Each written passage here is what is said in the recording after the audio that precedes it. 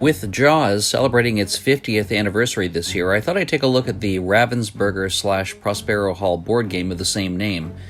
In this one versus many asymmetrical hidden movement experience, one player plays the titular remorseless eating machine, while the other players act as Brody, Hooper, and Quint. The game is unique in that it features two distinctive acts. Each Act 1 turn begins by drawing an event card, which tweaks the gameplay for that round and drops new swimmers into the waters around Amity Island. Next up, the shark tries to chow down on as many swimmers as it can, using a combination of hidden movement and possibly playing one of 4 one-shot power tokens that are designed to confound the human player.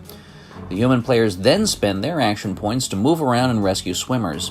Each character also has their own unique skills. For example, Fisherman Quint is great at tagging barrels to Bruce. Police Chief Brody can scan for the shark using binoculars and use his authorita to close the beaches, while oceanographer Hooper can use his fish finder to pin down the general location of the finny fiend. Act 1 ends when the crew tags the great white with a second barrel or the shark chomps down on its 9th swimmer.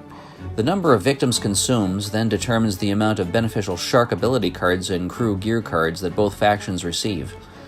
In Act 2, the Jaws player will attack the orca while the humans attempt to predict where the shark will surface in an effort to deal damage to it. The game ends in a shark win if the orca is completely sunk, or all 3 crew members are dead. The humans will win if they manage to deal 18 points of damage to the shark. The game is a masterclass of marrying mechanics to theme. The hidden movement and co-op aspects do a remarkable job simulating the action of the film, and it really does feel like a tense, life-or-death struggle against a killer shark. The 2-act structure of the game is also great for variety, since you can play both scenarios back-to-back or separately. For the most part, the instructions are quite sensible, which means you won't need to activate your rule finder to keep the game moving.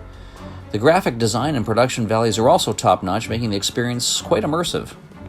Unfortunately, Jaws isn't perfect. First off, the rules governing what areas the shark can strike as the orca falls apart can be a bit confusing. Much more serious is the game's balance. Even if the Jaws player eats 9 swimmers, they'll be hard-pressed to destroy the orca and kill the crew. To give Bruce a fighting chance, don't forget that crew members always fall into the water when the section of the boat they're standing on gets hit or destroyed, and you can perform bonus attacks on any character in or adjacent to the revealed shark mover. One might argue these balance issues are thematically in step with what happens in the film, but it can be super frustrating for the shark player. Regardless, the game has a lot going for it, and fans of the film will have a 4th of July with the tense gameplay and familiar references. As such, Jaws scores 4 pips out of 6. Thanks for watching. Until next time, keep your eyes peeled for fins offshore, and game on!